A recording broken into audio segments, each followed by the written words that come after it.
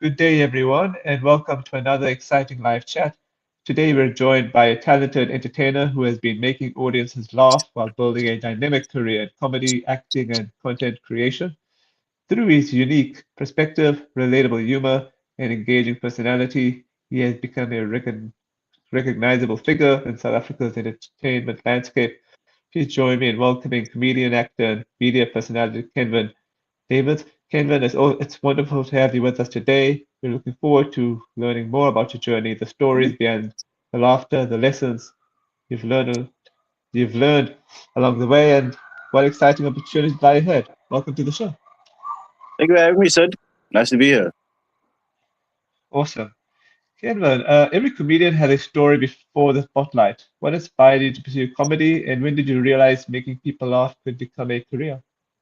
I think I knew how to do this when I was in school because I used to watch Wow. a show called a show on SBC3 called Comedy Showcase with Stuart Taylor, Mark Lottering, Kurt Schoenrad. So I was inspired by those guys coming up, and that drove me to also do this. And yeah, my first time somebody laughed for me was probably when I was like 8 years old in school, and it felt good. Wow. Comedy often comes from real life experiences. What's one funny moment from your own life that ended up becoming one of your best jokes? I think being a father, it's keeps my jokes every probably new jokes every hour by being a dad, because it's fun being a father and also fun as well. And just in general, anything like for example, anything that happened in your life can be a joke. For example, I had a stroke about 2 years ago. I Oh, often talk shit about that all the time. wow. Okay. You've built a reputation as both a comedian and an Mhm. actor. How do those two worlds differ, and which one challenges you the most creatively? I think the two of them they're in the same WhatsApp group, but it's different in a way because both of them you have to be vulnerable and get into character. And comedy can help your acting career by becoming vulnerable for a certain character. But comedy and acting it takes two different kinds of commitment. I mean, within a scene, we on stage you are committed to a bit is different to being committed to a role. For some people, when they be committed to a role, they will go in depth and study the characters and learn body language, all those things. So acting is much harder than doing stand-up comedy. Both is still very hard though. Wow, I wouldn't have known that. Um, South African audiences have a unique sense of humor. How has local culture influenced your comedy, and what makes South African comedy so special? I think South Africa, we like to laugh at ourselves, and especially the bad things. We like to laugh at the bad things that happen to us. We find a sense of common ground in it because you think something bad happened to you, the same thing might have happened to 10 people in the audience that night as well. So we connect through comedy. We laugh at our pain. Okay. Social media has changed the entertainment industry dramatically. How has creating online content shaped your career? And what advice would you give to aspiring comedians trying to build an audience today? You have to adapt. You must adapt. Doing social media is adapting because thing is doing stand-up comedy with a live audience is different to editing a video to make it look funny. So you have to adapt. Unfortunately or fortunately depends on your point of view. As a comedian, you have to do the content and also you have to collaborate and do things with other people. You have to play with other people. Because most comedians they will be in their own bubble and not be what bothered how you can help or help somebody, and that will also improve your career. Okay. As a performer, have you ever experienced a joke that completely bombed or a performance that didn't go as planned? How did you recover and what did you learn from that experience? Yeah, it happens to every. There's no comedian alive that has said that they haven't bombed on stage. If they say they haven't bombed, they are lying. Telling you, I've seen household names bomb on stage before, so it's part of the game. Everybody goes through that. You just have to get up, go back on stage, and do your thing again, and learn from your mistake. That's all. Maybe rewrite the joke or try to understand the different. Because sometimes a joke might not be comfortable with a different audience, so you must understand the audience that you are performing at. So basically, you have to. You must do introspection to see what went wrong. Is it the joke itself, or was it the wrong audience for the put? And adjust it as it goes along.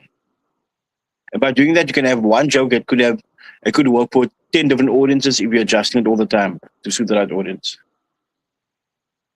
Okay. You've shared stages and worked with many talented entertainers. Is there a collaboration or career highlight that still stands out as a defining moment for you? I think that every time I'm with comedians, I learn a lot from them. So I can't say one stands out. When I'm with a group of comedians, we enjoy each other's company. We talk a lot of shit. You know, I can swear on this channel, but Oh, fuck it. yeah. Yeah, we talk a lot of shit. We have fun and we learn from each other, whether they're off stage or on stage. It's like to we just watch somebody and see how they do their puts and pick up things what you can do better on things. So there's no real defining moment, but just being with other comedians at the stage makes me feel comfortable, and it's my family. Lovely. Laughter can be incredibly healing. Have you ever had someone tell you that your comedy helped them through a difficult time, and what did that mean to you personally? I have this. Somebody told me, well, I think it was like a couple of years ago. It's always nice to hear that the shit you're talking on stage it affects people positively. It's always good to hear those things and to know that talking shit about something that happened to you as a positive influence on somebody else is a good thing to know. Like you also help them be strong in whatever they're facing as well. Okay.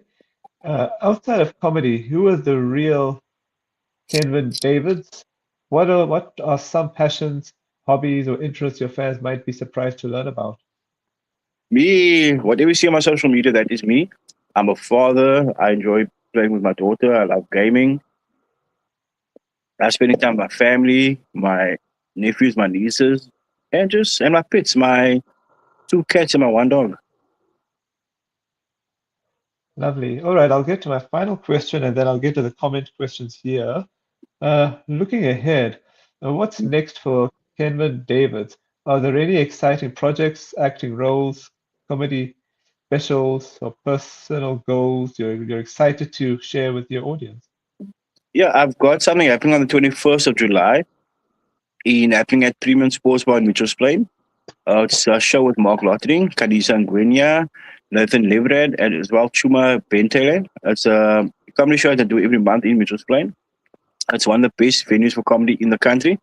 No, that's not me saying it, that's other comedians saying it. That's something I Wow, do every month, and I'm doing it again. And we're back with Mark Lotting on the 21st of this month, and I hope to see lots of people there. Tickets are available on my social media. You can find the information there. awesome. All right, I'll get to this comment question here. All right, I think this comment question here is from Resh Jithan. I think you must have answered this question here earlier, but I'll just ask it to you anyway. Dear Sure. Kenman, thank you for making us laugh in this tense situation. At what point did you realize you were destined for comedy? It was in grade three. I was 8 years old. Okay, I made a joke okay, in the class, and everybody laughed. It was a great feeling, and that's one of the reasons I'm doing this shit. awesome. Uh, Kenman, thanks so much for your time. Problem, thanks, Ed. No more questions? No other questions? Uh, no, nobody. Well, thanks, Ed. You have a nice day. Bye, to everybody.